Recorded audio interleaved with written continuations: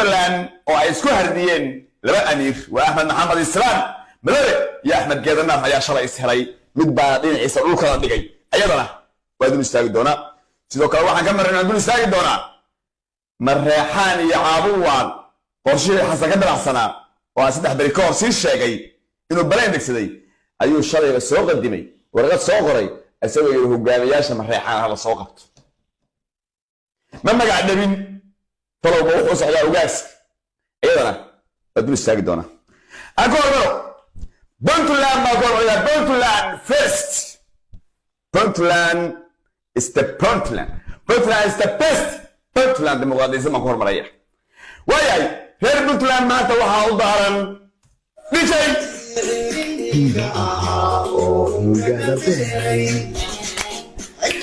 qabiilkii dulmiga heer ka sare gaaday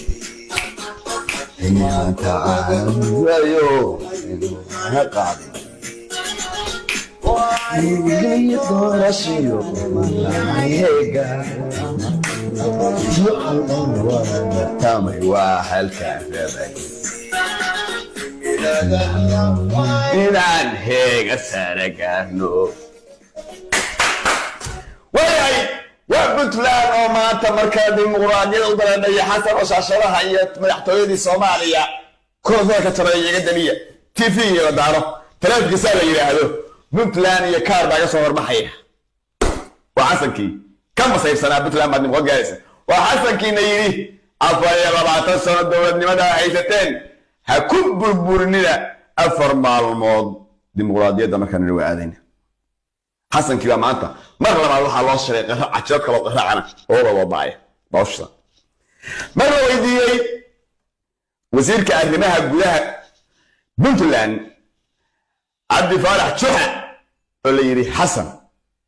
maxaad ka filaysaa maanta ma ku farxayaa doorashada oo ma idin soo hambalyeynaya soo kan haya waxa uu yiri sidaan hambalye ma ka sugaysan Xasan Sheekh maanta hambalye uga maana baran sino waayahay kaasina waa Xasan iyo waxa laga filayo nina taqaaniya tahay lama yiraahdo Soomaaliya waa maadaay haddii aan dimuqraadiyadda reer Soomaaliya fiidiyogan isgaarsiin sheergareeyay maana dimuqraadiyadda iyo waxa saaka Puntland looga dareeray haddaan sawir yar oo guud idinka siiyo klibka Soomaaliya ku socda si sheergareey haddaan sawir yar oo guud idinka siiyo ninka dheer ee fatashaariga qaba ee codaynayaahay waxa la yiraahdaa General Saciid Deere Puntland markii la joogo dhammaan geeyiga reer Puntland wuxuu ugu suntan yahay halgamayaal soo maray kuwooda ugu qiimaha sareeyo waa nin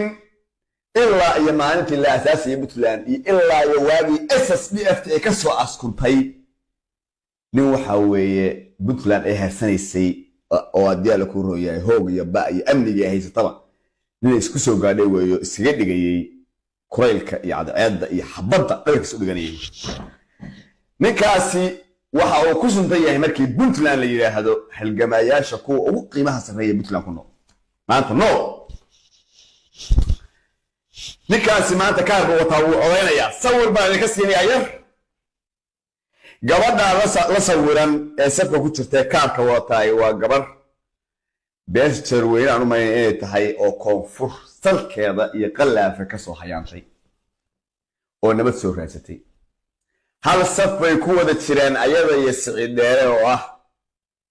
shakhsi aan karo dadka maanta nool waa kan ugu qiimaha sareeya Puntland saf bay ku wada jireen safka ku wada jiraan ma xume mid kasta wuxuu wataa hal kaar buu wataa Saciid Deere hal kaar buu wataa gabadhaasina waxay wataa hal kaar midkoodna laba kaar ma wato waa siman yihiin saaka waxay u soo jarmaadeen inay codkooda dhiibtaan oo qofka saymees jecel yahay uu codeeyo iyagoo laba muwaadina dimuqraadiyadda aan idin sheegayo waa mid sintay gabadhaas koonfur ka timid gabadh Soomaaliyeed laakiin koonfurda Soomaaliya gabadhan qabaa'ilkiisu ka yahay gabadhaas halkaa ka timid iyo Saciidkan Puntland shohoradda ka ah gabadh dimuqraadiyadda mid sintay dimuqraadiyaddu waa cadaalad Saciid maanta haddaan dimuqraadiyadda la fiirinayo kaararka puntland laga codaynayo dhan inta loo dhiiyo bal oo lahaa siciidow yaa dooratay waa saas astaahilo wey oo aan puntland ay sahay ka soo celinayn siciidow yaa puntland la rabtaa nin haddii la yidhaahdo dadka puntland oo dhegeysanaya istaagayaan wey hadduu dhaho hebel baa ka dhigtay kaararka dhan waa haddaan cadaalad la fiirinayo ee siciid la qiimeynayo haddii laakiin la qiimeynayo dimuqraadiyada leeyahay asaga iyo gabadhaasaasku maanta seejo taagan seejo hal santuuq bay alkooda ridayaan halkaar bulay halkaar bulay dimuqraadiyadu waa midaas sawir waa idinka sii amaynaya soomaaliya dimuqraadiyadii waa midda siciideera iyo gabadhaas sintay dimuqraadiyadu waa cadaalad cadaalad baa noo ballana sinaan baa noo ballana inay hebelna xagga dhignaa noo ballana waa ina ayuub oo ina hebel oo maxamuud salamaana markuu puntland joogo iyo haddii alla ku rooyahay wiilka ka yimid qalaa fasalkeeda iyo boon dheere iyo haddii alla ku rooyahay horwaa iyo xamar ka yimid ee canshuur bixiyahay waa inaan u simana isku si waa inaan isku saf istaagnaa puntland baana taa laga helaa maasha allah puntland baa taa laga helaa miyaad aragteen reer somaliland baa ayaguna isticmaalo cadaalada weli ma aragteen waxaan ayaga ahayn oo kaar wato codaynaya maya taas cadaalad maaha waa reer hebel oo isbahalkeenaya laakiin cadaalada waa midaas wey dimuqraadiyadu waa midaas halkaasaan kaga gudbayaa qodobkaas waayahay waxaan u gudbayaa halkaa iyo waa usoo laabanayaa mareexaan iyo wixii aan shalay ka digayay waa usoo laabanayaa ay maanta soo baxay halkaa iyo waxaan u gudbayaa jubbaland shalay dagaal adag baa ka dhacay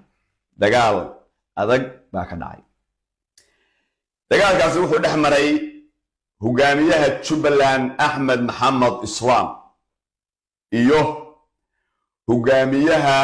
argagixisada soonaha reer jubbaland axmed geedanaar labadaasoo dhex maray axmed geedanaar shalay inta la qabtay baa labada dhagood la jaray labada dhagood maf hubka ha dhihi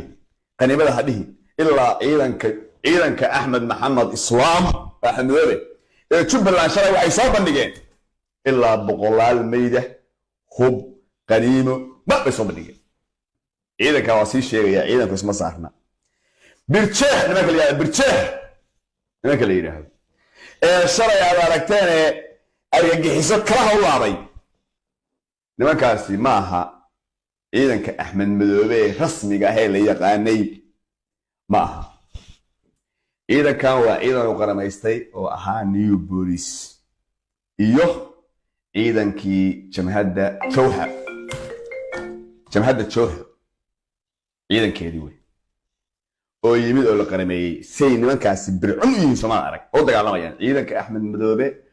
oo haddii ala ku roy awal u joogay waa kuwa maalin kasta hubka laga furto wey qaniimada sida caws weyne iyo baalkii iyo kuwa loo bililqaysta wey marka axmed geedanaar ciidankiisi shalay jabay waa soo tageen ciidankan birjeex ee walaal axmed maxamed islaam uu qaramaystay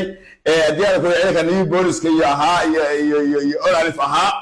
oo la qarameeyey niman bir cunayaala birjeex ayaa magacooda bay shalay afka oga soo galeen birtay kaasleen birta waxay moodeen ciidankii hore yaqaaneen ee qaniimada caws weyn oo kale abgaalkii oo kale moodeen kuwii hore abgaal camal ahaa oo kale moodeen birtaa laga casray shalay alamiir axmed geedanaar hog iyo halaag baa dhacay waxaana guulaystay ciidanka cusub ee birjeex ee hogaamiyaha jubbaland axmed maxamed islaan axmed madoobe xukumo dagaalkaa shalay dhacay waa la kala guulaystay waxaan leeyahay axmed maxamed islaan hambalyo iyo jireer jubbaland ba hambalyaan leeyahay ciidanka birjeex gaar ahaan hambalyaan leeyahay wax fiican baa qabateen roolmoodati dowladda soomaaliyana waxaa tusteen iyo jubbalanta caadiga ah oo dee ciidanka caadiga ah ee jubbaland ee mahooriyaasha ee axmed ag fadhiyaba waxaa tusteen in argagixisadu basal tahay basal oo sidaa loo wada karo waxaa tusteen in bu-aale caasimadii jubbaland la qaban karee birjeex baan la hadlayaa birjeex dhaqaaqa cidna amarka ka sugnee ilaa bu-aala waa socon ka dhaana socdo caasimadda qabta wiilashaas on alif iyo jowxa iyo new bolis ka yimid baan sheegaya dhaqaaqa muxuu ahaa axmed maxamed islaamka madoobaha shalay tirsan axmed maxamed islaam waxaan leeyahay war raggaa inta ka haysatid ola caasimadaadaas qabso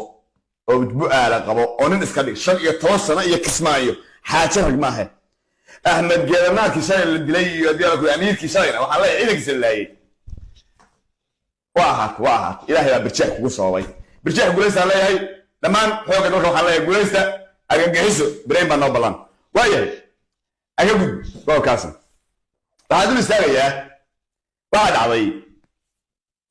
واتي دولة الصومالية أي تري إن وحنا صمينا وحلا يراهدو وحنا صمينا هو كذا كده بتجينا عابدوا وحنا أن كدقي أي شيء كم دقيقة أن وربحين تظهري إن كوسا دقي على عين هي ما كو حدا وهي هي دولة جانجس كفدرة على الصومالية أو حكومة قضاء حسن شيخ حسن أيح شغل ورقة صوص علي ورقة على حكومة مقيسم تهاي لا يلا تكي بيشوا شريعة وحويري تاريخ المركز يا هاي شريعة تراكي بيشوا دوا كل عطني أفر قال النبي دولة الصومالية وها أي كور هالشيء لما جاري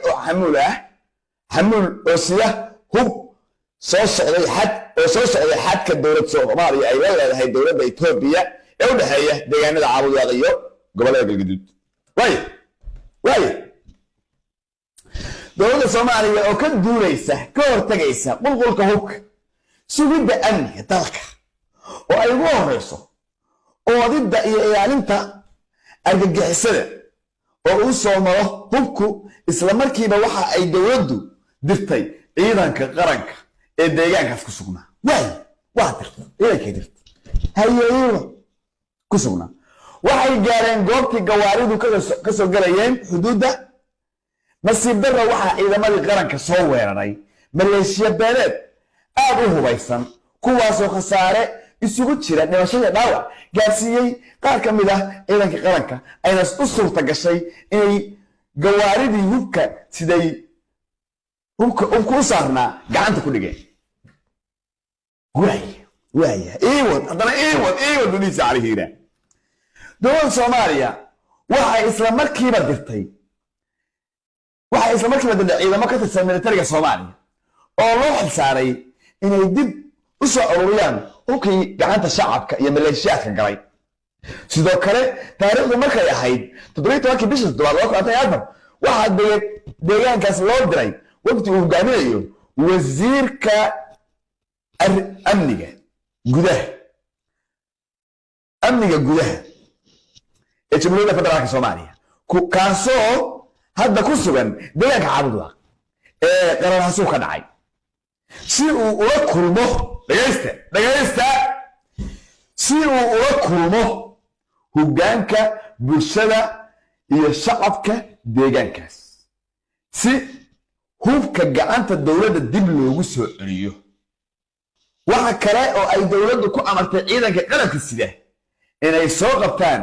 hogaamiyaashii maleeshiyaadka ee dagaalka dabagalka ah kula wareegay hubkii ciidanka qaranka hubku tarbaan buu ahaa xadka dawladdu ka qabatay